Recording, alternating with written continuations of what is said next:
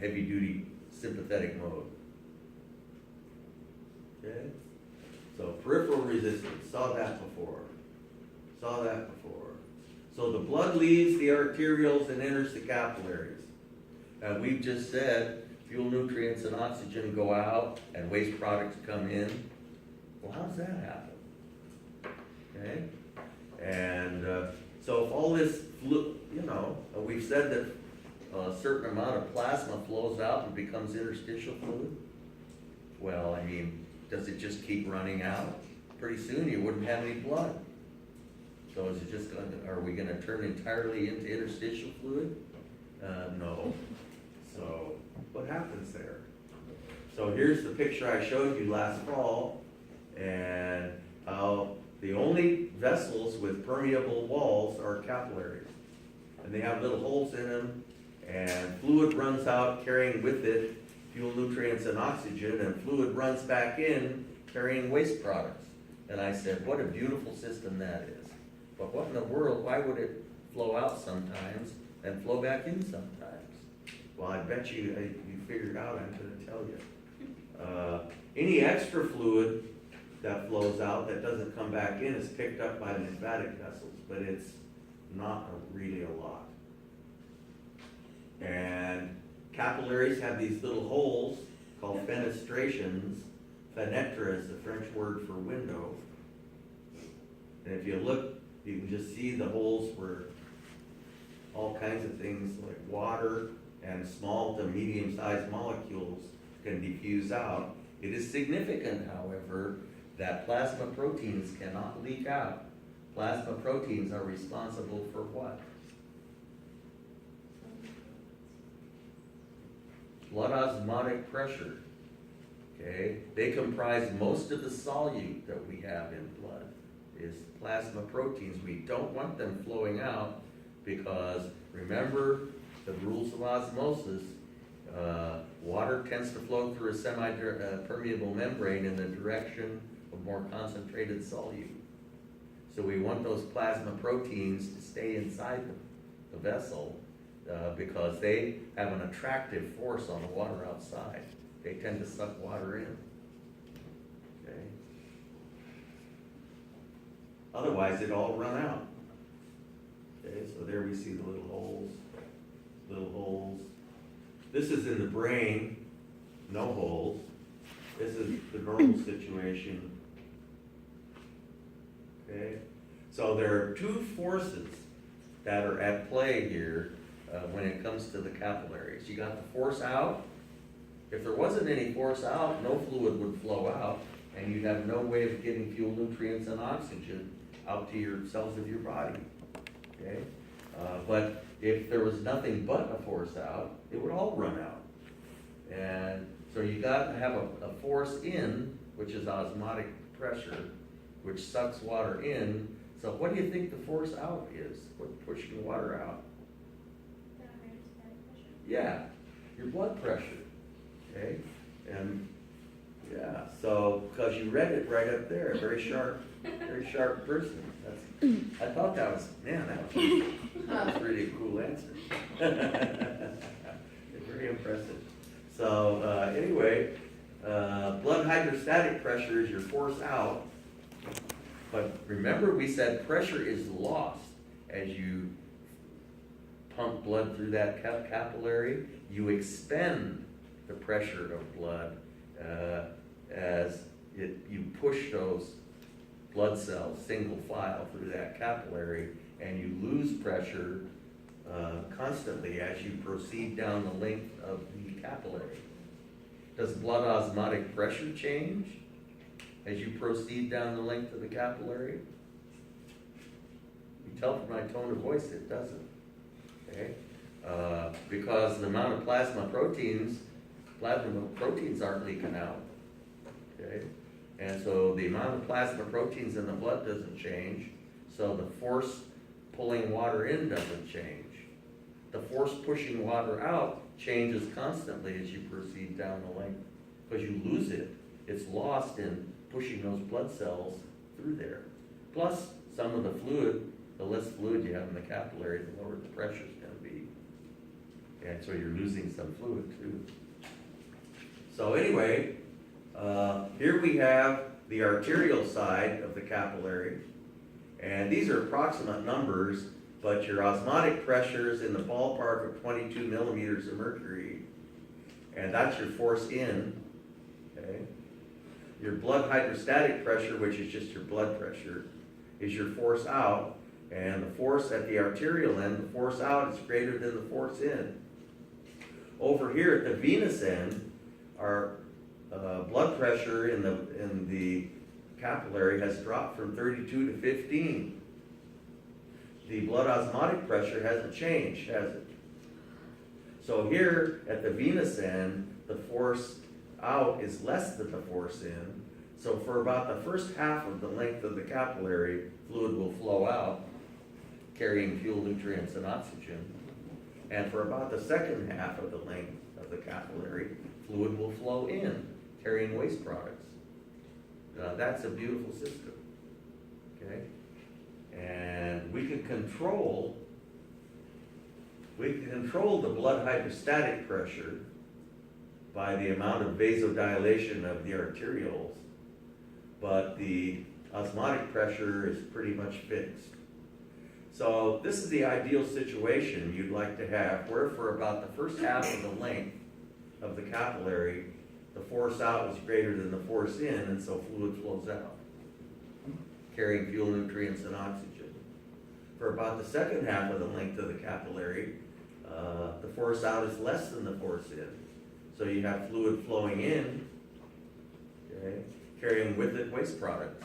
So we see the arrows flowing out in that direction and flowing in that direction. So you lose all your fuel, nutrients, and oxygen and pick up a bunch of waste products. Then the veins take the waste products. Ultimately, the waste products go to the liver and the kidneys and the lungs. Okay? So blood hydrostatic pressure drops across the membrane, while blood osmotic pressure does not. As plasma flows out of the capillary, it carries fuel, nutrients, and oxygen. So here's the ideal scenario, okay? And you see that in the large arteries, the pressure is way up there. Once that blood gets into those teensy little pipes, it starts to drop pretty rapidly though. A lot of pressure is just lost, forcing it through the arterioles. But the pressure is just about right when it enters the capillary so that the line crosses the two lines. This is blood osmotic pressure, which never changes anywhere. Okay? And the two lines cross at about halfway down the length of the capillary. If you get vasodilation, arteriolar dilation, then fluid will flow out for most of the length of the capillary. And the result will be you'll hardly get any fluid flowing in, and you'll get edema. You know what edema is? Swelling. That's what the cause of swelling. Okay? And the pressures are significant. I mean, you know, so. And those are the main considerations for now. Okay? So this capillary drop of blood pressure is significant. And yeah, and as you know, I've got quiz questions that relate to the fact that, I forget how they're phrased, but which of the following, blah, blah, blah, drops as you proceed down the length of the capillary? Blood hydrostatic pressure, blood osmotic pressure, both of these, neither of these, you know, something like that. Okay, returning blood to the heart, and we talk about the muscular pump. By the time, and this is especially true in the legs, for when we decided to walk upright, we created just a whole bunch of problems for ourselves, okay? And one of them is how do you get that blood, which is under a pressure of 10 to 15 millimeters, clear? If you do the calculation of what the hydrostatic head is, if you take my chemistry class in the summer, I'll have you do it. on what the hydrostatic pressure head is on a column of water about that high, which is about how far the blood has to go from the ground up to your heart. It's a heck of a lot more than 10 or 15 millimeters. And so we employ all kinds of tricks, mainly using a system of one-way valves to get it up there. And we have to have some way of squeezing the vessel though. And so the deep veins that run through muscles of our lower legs are the primary players in how we get the blood back to the body. And collectively, that whole system is called the muscular pump. Okay? There are three types of veins: deep veins, which possess names similar to the arteries we're learning; superficial veins, which have kind of weird names, like saphenous and basilic and cephalic; and perforating veins that connect the two. Because the blood from the superficial veins has to have a way of getting into the deep veins so that it can be pumped up. Because here's the way it works. You have a deep vein running through a muscle, you got these one-way valves, and the muscle squeezes, and the cusps of the valves are pointing up. So that forces the lower valve closed, and the upper valve opens, and the blood is milked up this system of veins into the next segment. Okay? And where presumably there'll be another muscle up here somewhere that'll do the same thing. Aren't any muscles in the abdominal region though. This mainly happens in the lower leg. Okay? And when there's relaxation, blood can flow into this area and you get more of it pumped up that way. Imagine the impact of one set of valves blowing out. If one set of valves blows out, then you have a double column of water, which you have that column of water. Let's just consider one set of valves for the time being, blowing out. Then that whole column of water will fall down against the next set of valves, very likely blowing it out, and you could blow them all out at once. Because then you'll have a double column of water flowing on the next valve, and a triple column of water flowing on the next valve, and you can blow them all out at once. And that's what causes varicose veins. Varicose veins are primarily hereditary. Got to choose your parents wisely. It's just some people are born with stronger valves than others, is the primary factor that's involved. I think exercise, good vigorous exercise probably helps a little bit, but it's hard to see. It's hard for me to imagine how you'd build stronger valves with vigorous exercise. But I heard one time that you can get varicose veins from standing too long. Well, yeah, because those columns of blood are pushing against those valves, and so you create more pressure. yeah, people who do things like checkout, that's an unimaginably difficult job, I would think. Just standing there checking people out in the grocery store, stuff like that. Where you're standing in one place all the time. Yeah. So there's another picture of the muscular pump, primarily in the soleus muscle is where you get most of it. And so it's very good for you to go up on your toes. It's a movement called dorsiflexion. Dorsiflexion exercises the muscular pump. And people who are extremely inactive over long periods of time have been known to develop clots due to venous stasis, clots in the lower extremities, which can break loose. And if you think about the anatomy, where that blood's going to go, right straight up into the right atrium and get pumped right straight to the lungs, you'll get a pulmonary embolism, which is in the top 5 of killers of Americans, pulmonary embolisms due to what's called a deep vein thrombosis, DVTs. They're right up there on the list of killers they have, you know. So even if you're in a situation where you have to be still a lot, you can still do dorsiflexions like that. And you could even do them if you're in bed. Do dorsiflexions and get a little bit of that action. Keep that blood moving down there, because venous stasis, you know, and the lower extremities is where it mostly happens. Once again, you can get checked with ultrasound and see whether or not you have any of those, if you suspect it. Sometimes they're painful. Sometimes they never break loose. You can have clots down there and they just don't go anywhere. Sometimes they do, and if they do, you pretty much bought the farm. So, okay. So varicose veins are generally caused by damage to venous valves. The muscular pump, there it is. Dorsiflexion activates the muscular pump. Venous stasis can cause DVTs, deep vein thrombosis. It's a very big item in vascular health. Okay, and clot breaks loose, and you don't hear about this so much as heart attacks and strokes, but it's right up there on the list. Okay. And I took a 10-week class, and basically it's just about nothing but DVTs one time.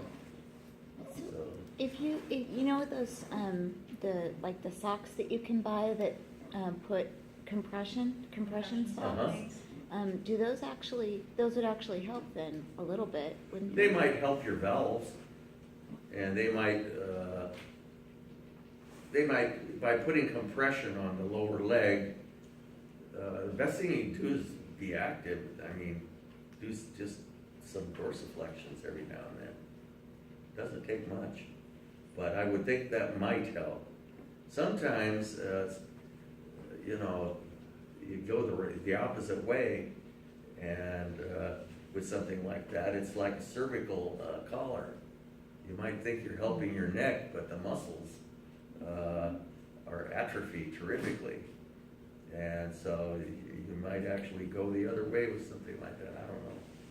Hard to say sometimes. They don't work for DVT. Yeah. So, yeah. Not surprised. Okay. Anything that breaks off and lodges downstream is called an embolus or an embolism.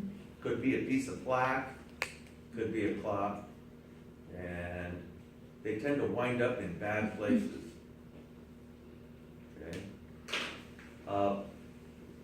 There's a measurement that's actually called plethysmography, and that's where they measure the amount of blood in your leg.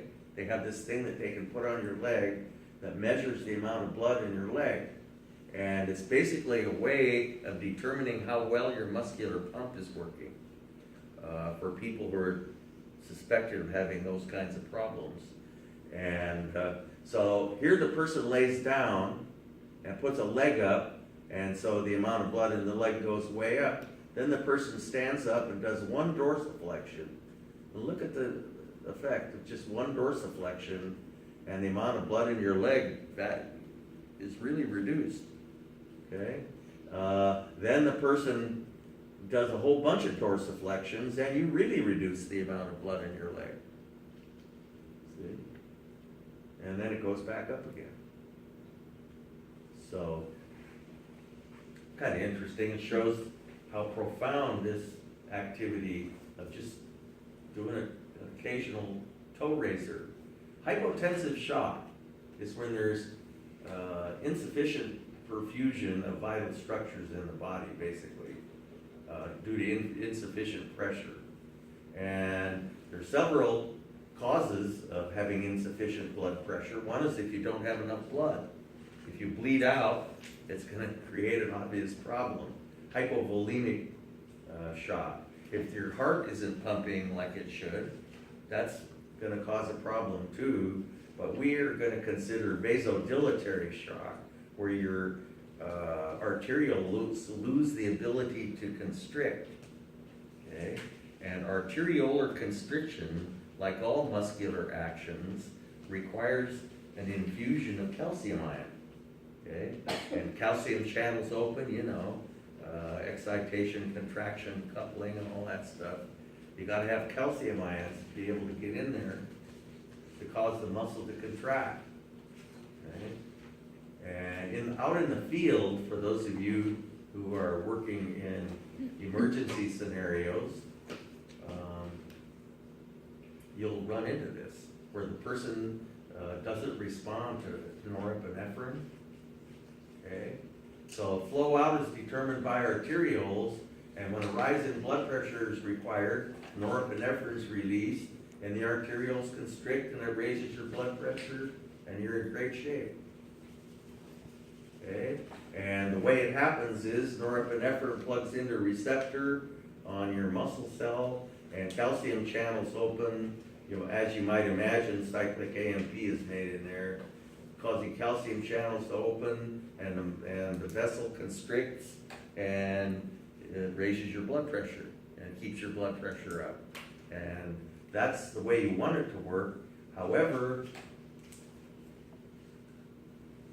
in the case of, there are several different things that can cause you to release large amounts of nitric oxide, which acts like a neurotransmitter, sort of.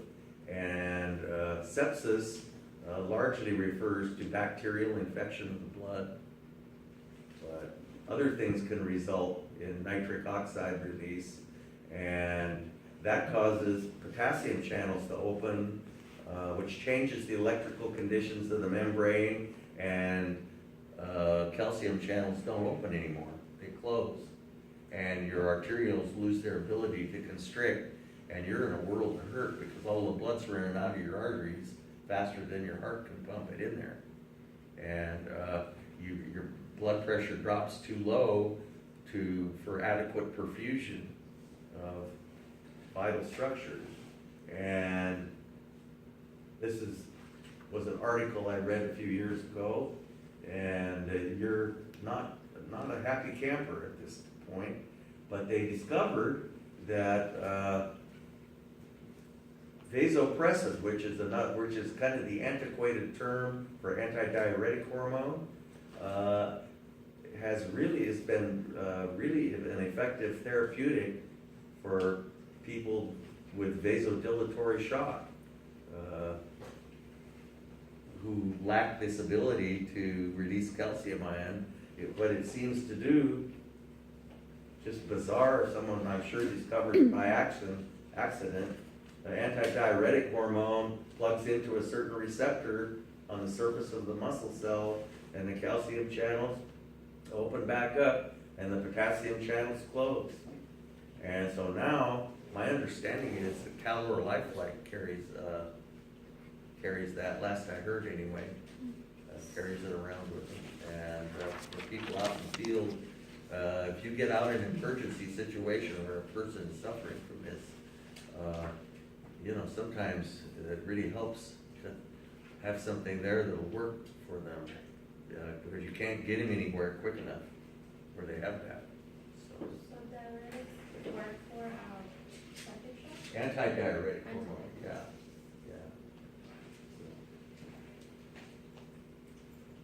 Okay, so let's talk now about something we talked about last fall quarter, when we talked about control systems, and we talked about those two kind of control systems. We're going to talk about the so-called cardiovascular reflex for controlling short-term changes in blood pressure. Going to talk about that in a little more detail. We said that the heart and the muscles in the walls of the arteries were the effectors, and the brain was the controller, and we're going to narrow it down a little finer than that this time, and just see exactly how that works. And we said that there are little pressure receptors in the walls of the arteries, and we're going to home in on that one a little more closely as well. So the cardiovascular reflex is a short-term mechanism. Okay, it's not obviously, if you have long-term hypertension, this short-term reflex is not working for you, basically. That's the bottom line. So, okay, we have 3 cardiovascular control centers in the medulla oblongata. The cardiac inhibitory center, just as a guess, would you guess that was parasympathetic or sympathetic? Sympathetic.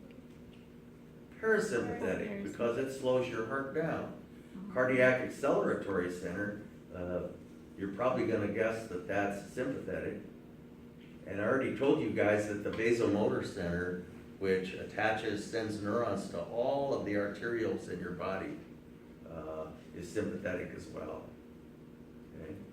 And so, those are the 3 controllers located in the medulla oblongata. The vasomotor center is quite large, the other 2 are quite small. Okay? So this center controls the SA node and the AB node, as we said, via parasympathetic fibers. It depresses the pacemaker and slows your heart down. This one is sympathetic and speeds your heart up, and we talked about how that works. It just changes the rate of leakage of the slow sodium channels. The vasomotor center sends sympathetic fibers to all smooth muscle in all your arterioles, and boy, that's a bunch of neurons. So this is a pretty large center. Okay, so these 2 centers are sympathetic controllers, whereas the inhibitory center is parasympathetic. And then we've looked at this for about the 10th time now. So the sympathetic and the sympathetic one attaches to ventricular muscle, doesn't it? So the cardiovascular reflex is where the sensors are located in the arterial reservoir, okay? And the controllers are located in the brainstem. Control short-term arterial blood pressure. So, these carotid baroreceptors, we keep talking about the carotid sinus and the bifurcation of the common carotid arteries. It's just because it's good to remember where it is, because there's lots of important sensors located in this bifurcation. It's actually swollen up a little bit due to all these receptors we have there, which act as sensors for various control systems, not just this one, but other control systems in our body. Okay, and so we see the carotid sinus, okay, and these little sensors that we have there. And so they have actually measured action potentials. They've cut tissue out of some poor animal probably, the carotid sinus, kept it alive, and changed the pressure of a liquid inside there, and measured the action potentials, which emanate from basically stretch receptors located in the walls of this thing. They're really just stretch receptors. And so it starts to be active at a blood pressure of about 60 millimeters, and you see how it increases as they increase the pressure of the liquid inside this living tissue. So the animal had to be alive when you did that? Well, tissue was alive. Oh, okay. Yeah, maybe the animal, who knows? I just assume, I'm not on a need-to-know basis, I don't think. Okay, and there are also some in the aortic arch. Okay, and so, in the case of a beating heart, this is what the output's going to look like. Okay, with various pressures. And so that information is sent to these control centers in the medulla oblongata. Okay? It's an automatic control system. It's a servo system, just like they use in factories and in your car, to control various control systems. It's all automatic. So we have the carotid sinus, okay, nerves sending impulses to the controllers, And we have impulses coming from both sympathetic and parasympathetic sources back to the heart, and also proceeding out to all the muscles of the arterioles. So, here's our picture showing this column in the center is our baseline. That's our normal blood pressure. This would be under normal circumstances. This would be the output from your carotid receptors, okay? And this would be the parasympathetic impulses to the heart, the sympathetic impulses to the heart, and impulses coming from the vasomotor center. So what if your pressure decreases? Okay? Then your pressure sensors are going to have decreased output. If your pressure is decreased, you want to raise it. So you want to reduce the parasympathetic output, which you see we've done compared to that. You want to increase the sympathetic output, and you want to also increase the output to your sympathetic vasoconstrictors to increase your peripheral resistance. So this one increases heart rate, and that one increases peripheral resistance, and both of those effects will raise your blood pressure. Okay? Just the opposite end of the spectrum, if you have increased blood pressure, you want to lower it. Here's the output from the sensor. You want to increase your parasympathetic influence, decrease the sympathetic, and you want to decrease peripheral resistance. Okay? And so that's what I say. So here's blood pressure decreases. If you want to see a verbal description, these were the words that just came out of my mouth. Okay, so if you want to, don't have to worry about remembering them. Okay, and what if we increase it? And that's the right side of the picture. These are the words that came out of my mouth. Okay, and there's the picture to look at again. Okay. And this is the picture in your book, which really isn't bad. So if your blood pressure goes up, the carotid sinus sensors pick it up, send that information to those 3 control centers in the brain. And since your blood pressure went up, you want to vasodilate, so you reduce the sympathetic output to your arterioles, allowing them to relax. Okay, and you increase the parasympathetic output to the heart. Okay, and the sympathetic impulses decline, parasympathetic influences go up, and your heart rate and stroke volume go down, your peripheral resistance goes down, and your heart blood pressure returns to normal. And just the opposite occurs if your blood pressure drops too low. You